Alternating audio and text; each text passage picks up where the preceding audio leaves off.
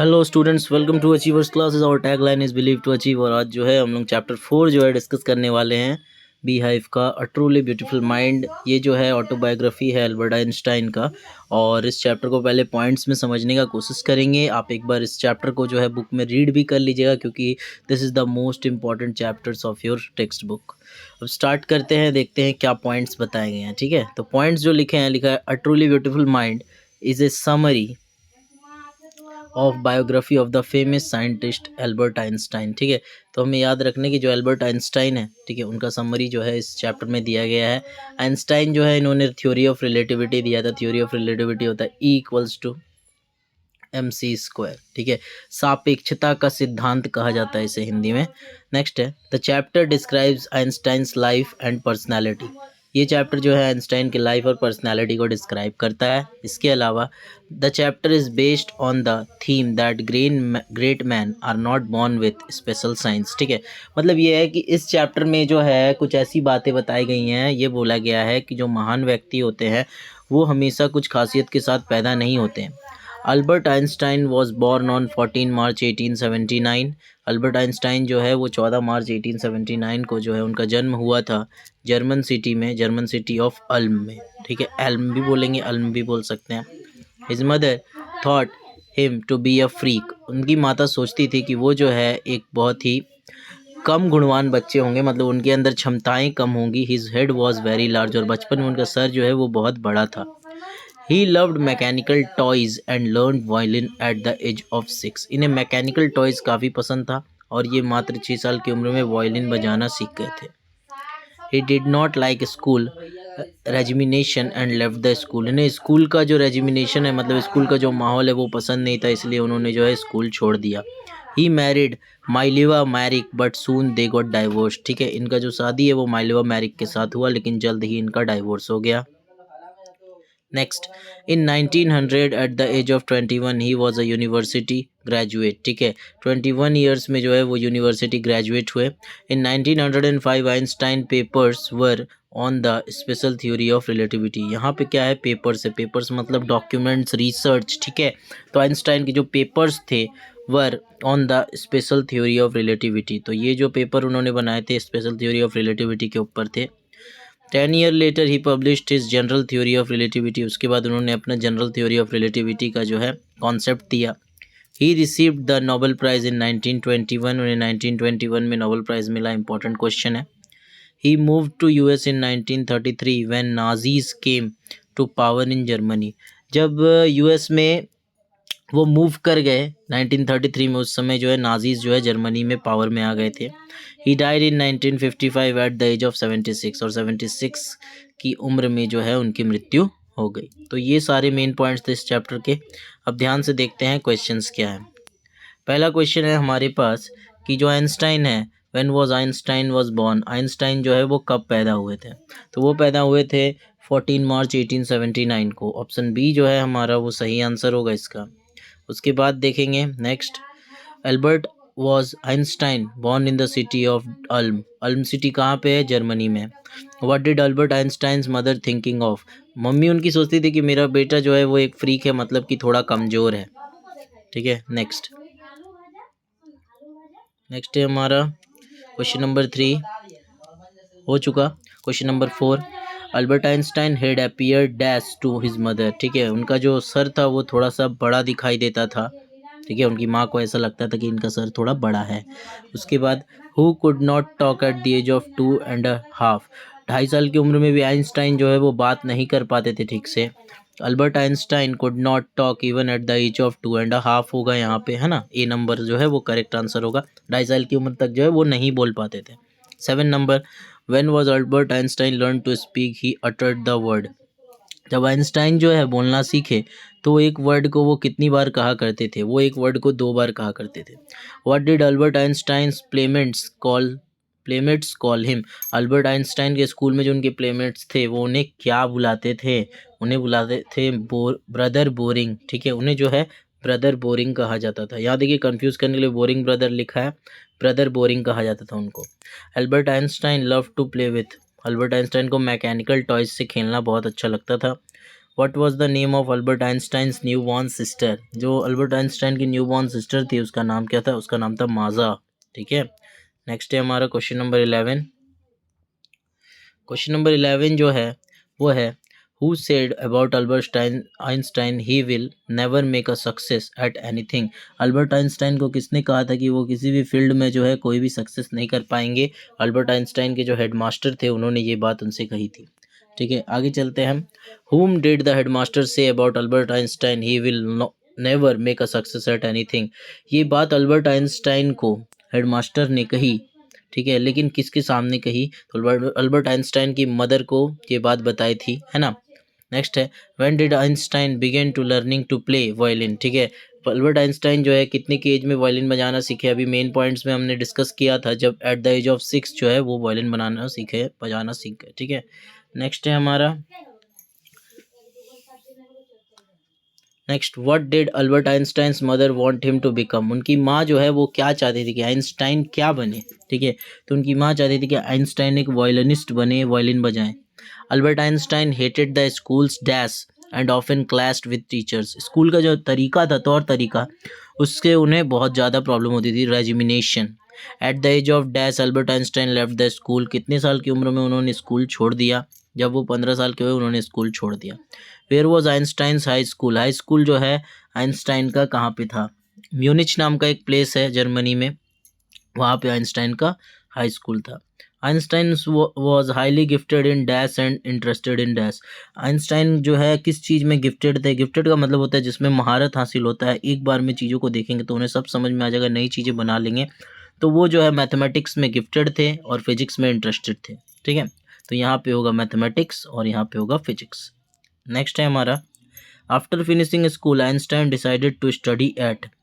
जब स्कूल खत्म हो गया तो आइंस्टाइन ने जो है कहाँ डिसाइड किया पढ़ने का, उन्होंने डिसाइड किया ज्यूरिच यूनिवर्सिटी में वो पढ़ाई करेंगे आगे की। Albert Einstein had a walrus like dash. ठीक है, एल्बर्ट आइंस्टाइन जो है उनके पास वॉलरस जैसा क्या था, 20 नंबर क्वेश्चन। तो उनका जो मोस्टैच था, मूछ था, वो बिल्कुल एक वॉलरस की तरह था। वॉलरस एक जंतु होता है, ठीक है, जो पानी में भी रहता है, ज़मीन में भी रहता है। उसकी मूछें जो है बिल्कुल आइंस्टाइन की मूछें की तरह थी, तो यही बात कहा करते थे। अल्बर्ट आइंस्टाइन मोस्टेज वॉज लाइक क्या, वॉलरस। नेक्स्ट है हमारा क्वेश्चन नंबर 22।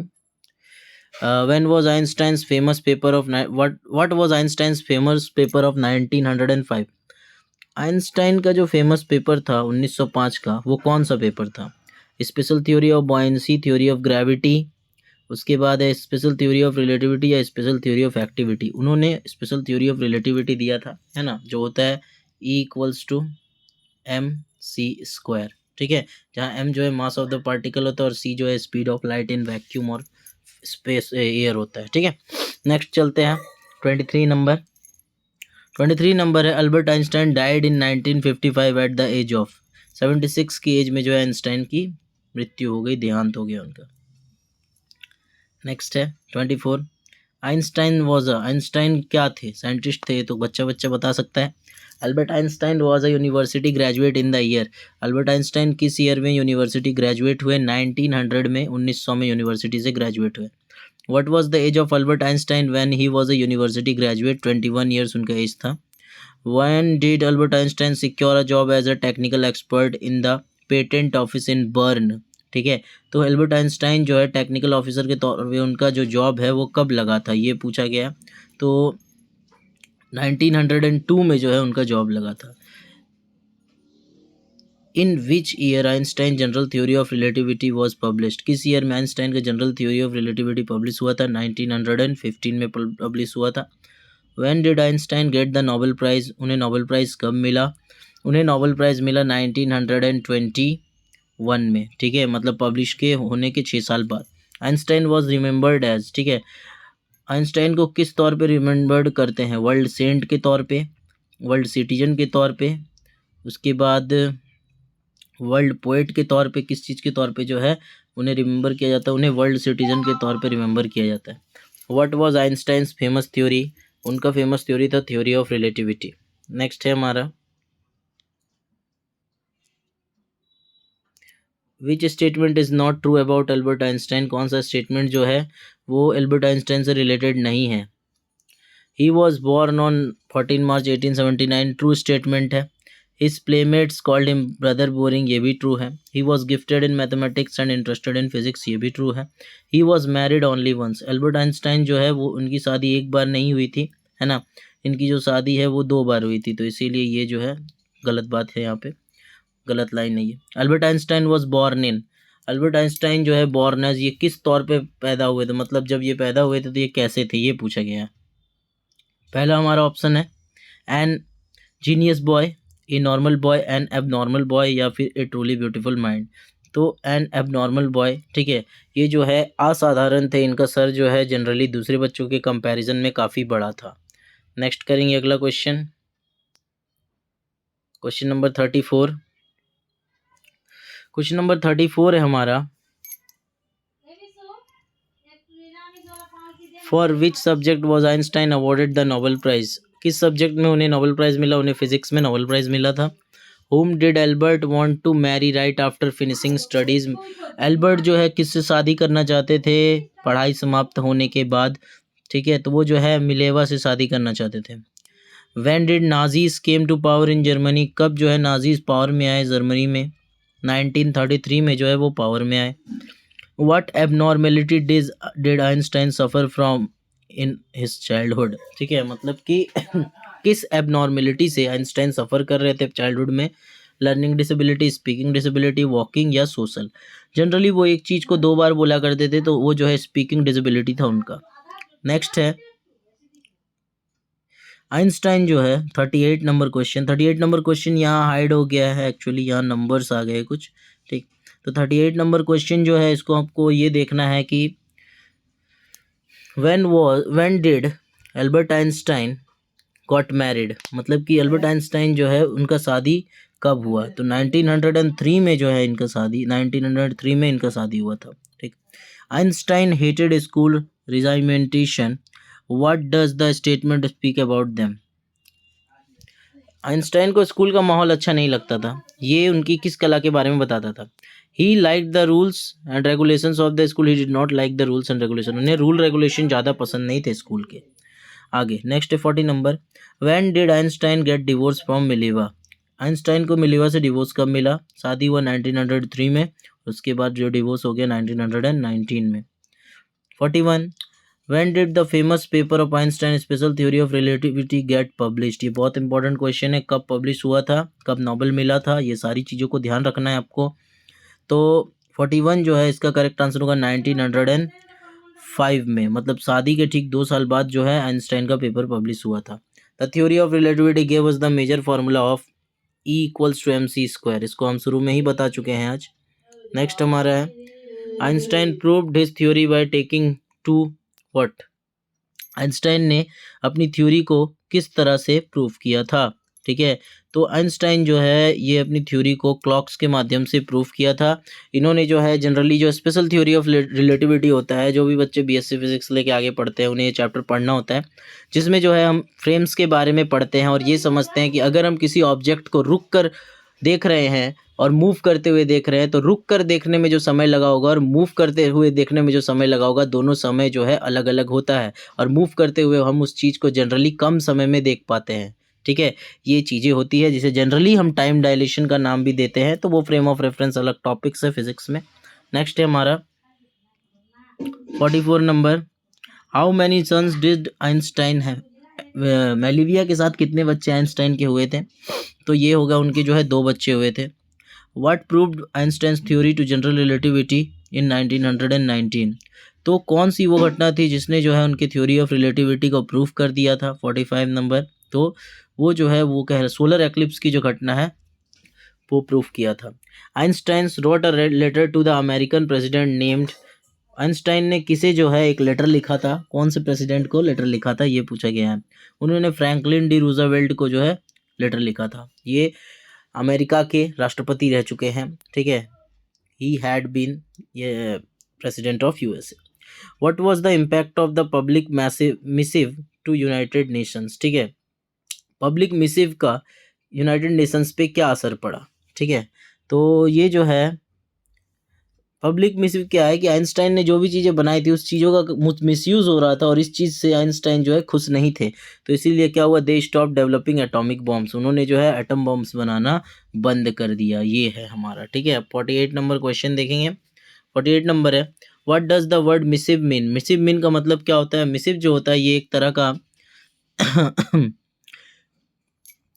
लेटर होता है, ठीक है। तो मिसिव जो है इसका मतलब होता है letter. What why did Albert Einstein write a public missive to the UN. UN मतलब यूनाइटेड नेशंस को एक लेटर जो है आइंस्टाइन ने क्यों लिखा था, इसका कारण क्या था, ठीक है। वो ये देख पा रहे थे कि उनका जो खोज है उसका प्रयोग जो है डिस्ट्रक्शन के लिए हो रहा है और वो उनको बहुत ही उस चीज़ से बहुत बुरा लगा, ठीक है। तो he was moved by world destruction, वो जो है मूव कर गए थे, मतलब उस चीज़ से बहुत मूव्ड बाय का मतलब होता है कि उन्हें अच्छा नहीं लगा वर्ल्ड के डिस्ट्रक्शन से, कि हिज इन्वेंशंस है is being used by someone for the purpose of destruction. फिर उसके बाद है, which famous paper of Einstein is said to have been published in 1905। 1905 में कौन सा पेपर आया था? सिंपल, हम लोग देखा शादी के 2 साल बाद स्पेशल थ्योरी ऑफ रिलेटिविटी जो है वो पेपर पब्लिश हुआ था।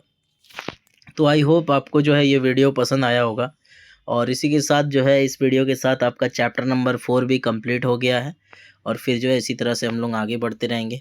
Thank you so much for watching, have a nice day. Videos देखते रहिए, है ना, और प्रैक्टिस करते रहिए।